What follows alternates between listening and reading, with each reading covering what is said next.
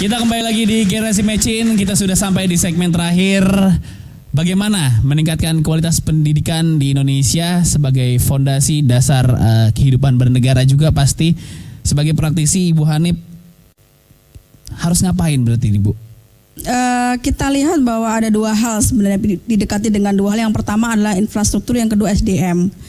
Nah, UNJ itu atau Universitas atau LPTK, lembaga penghasil guru, adalah pabriknya misalnya. Jadi kalau mau meningkatkan guru yang berkualitas, berarti pabriknya harus menghasilkan produk yang berkualitas. Oleh karena itu solusinya di antara berbagai banyak persoalan itu, solusi yang pertama adalah menguatkan lembaga LPTK ini. Bagaimana infrastrukturnya diperkuat, kemudian fasilitasnya diperbaiki, dan SDM dosennya diperbaiki. Dengan ini salah satu alternatif memotong serangkaian persoalan yang ada, bahwa pabriknya harus dikuatkan dulu sehingga kita mampu menghasilkan calon-calon pendidik yang berkualitas.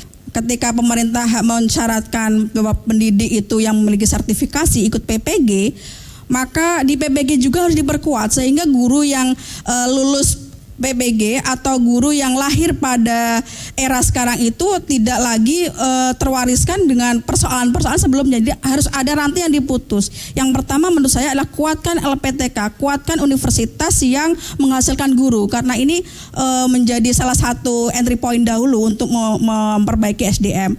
Pemerintah dengan strategi yang satu memperbaiki infrastrukturnya, memperbaiki fasilitasnya, strategi yang satu lagi adalah SDM-nya. Dan saya melihat bahwa posisi universitas pencetak guru inilah yang sangat strategis. PPG misalnya, pengelolaan PPG harus lebih serius, lebih berkualitas. Harus disiapkan dulu SDM-nya yang melek teknologi digital, kemudian infrastrukturnya ada. Jangan sampai kita ujian nasional, saya mengawas ujian PPG tiba-tiba mati, Mas. Itu tuh di pusat karena online kan, kemudian mati. Kemudian saya lihat anaknya tuh tiba-tiba close gitu.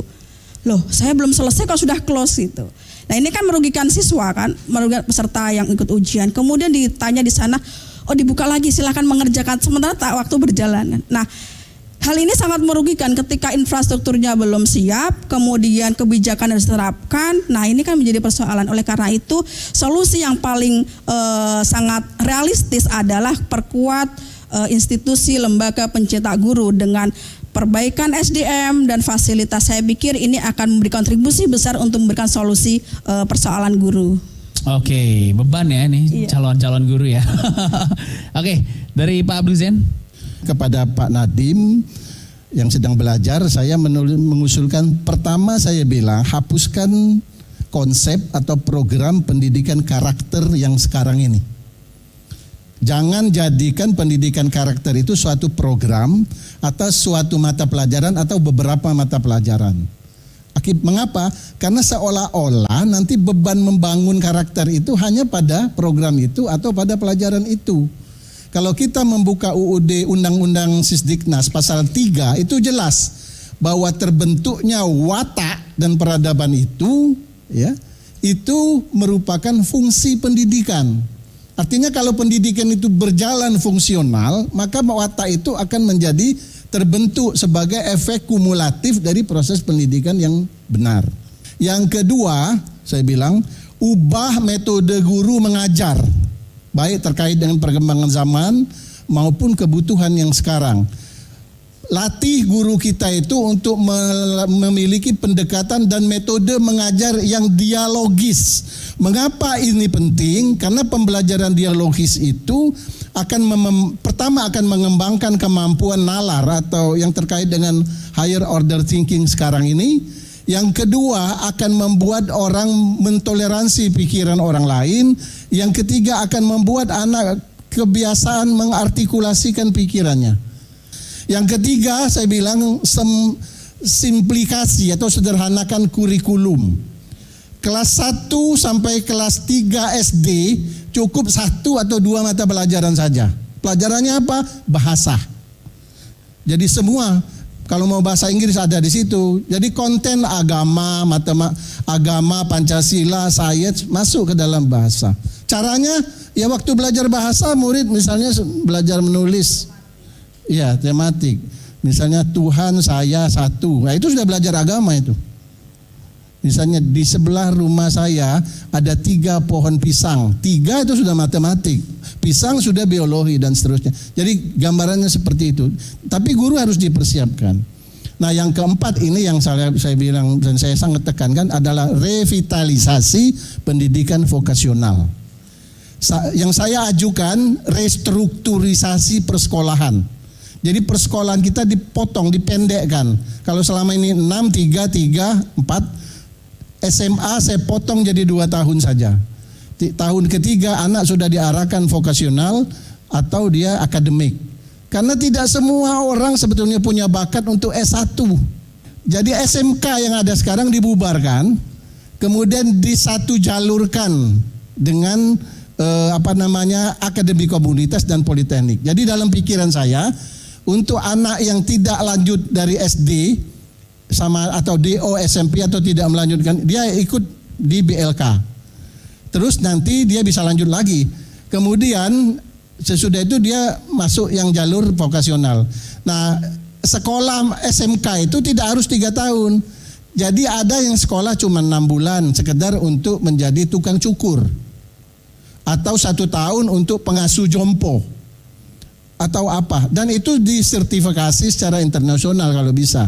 Ya. Nah nanti yang lebih lama lagi masuk ke akademi komunitas. Yang 1 tahun sudah masuk akademi komunitas. Kemudian politeknik. Nah oleh sebab itu menurut saya mengharap kehadiran Mendikbud Nadiem ini dengan backgroundnya seperti itu akan membawa pendidikan kita ke arah yang lebih pragmatis. Artinya memiliki kegunaan yang tangible, yang nyata. Oh kalau taman ini nanti saya akan begini. Sekarang kan semua orang berpikir mau S1 tapi nanti apa masalahnya. Ya. Terakhir Pak Najamuddin mungkin bisa menutup sekalian kita closing untuk Generasi Mecin episode ini Pak. Ya, guru di mana sebagai yang digugu dan ditiru itu menjadi pemegang suksesnya kualitas pendidikan kita.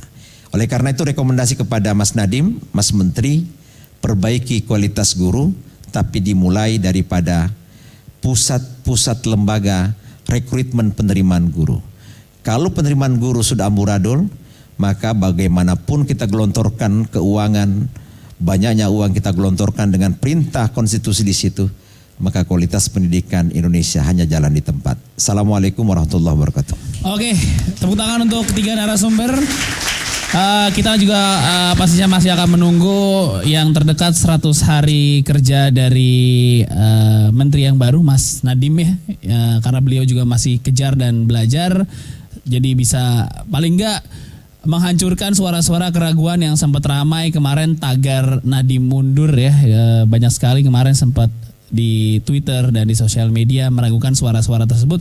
Pembuktiannya jelas ada di 3 bulan, setahun, dan sampai 5 tahun. Oke, kita ketemu lagi di Generasi Mecin minggu depan. Jaya selalu guru Indonesia. Tepuk tangan.